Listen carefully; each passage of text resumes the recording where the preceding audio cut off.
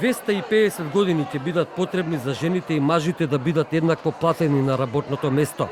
Беше речено на промоцијата на Алијанса за родова еднаквост, која што денес се одржа во Скопје. Асоциацијата ќе ја води екс-министерката за финансии Нина Ангеловска.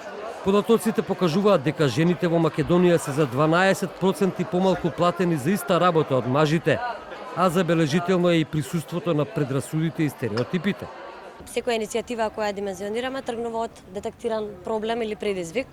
Како што споменав, Алијансата точно се труди да го адресира овој предизвик, односно да придонесе за забрзување на прогресот во намалување на родовиот јас на работното место, креирање на поинклузивна култура и еднаквост и отклучување на моќната синергија која што постои помеѓу дигитализацијата и трговијата и жените.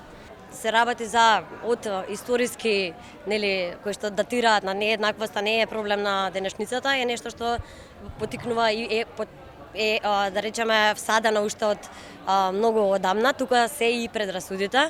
Можеби во однос на бројките јас интересно да споделам дека иако Македонија има 12% разлика, односно жените се помалку платени од мажите, тоа е помалку од европскиот просек кој што изнесува 14%.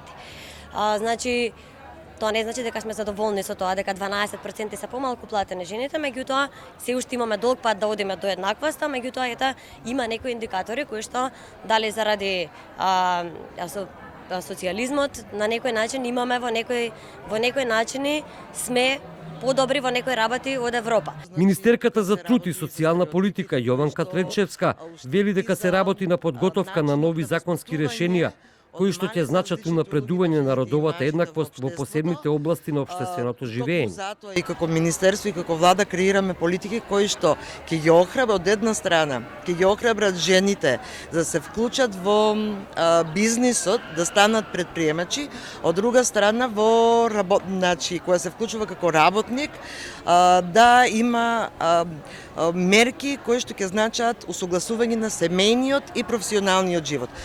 Токму и во таа насока е и законот за работни односи, каде што целосно ќе биде транспонирана Европската директива за родителско отсуство, односно во периодот кога жената од 24 до 29 години најчесто е надвор од пазарот на трудот, токму поради мајчинството, со нови мерки, со нови политики ќе промовираме да и таткото се вклучи во родителството, а со тоа да жената биде многу поактивна на пазарот на труд.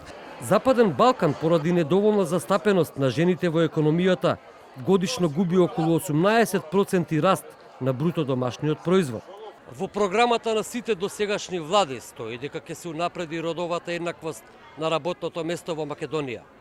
Дали овој пат тоа ќе биде случај, останува на времето.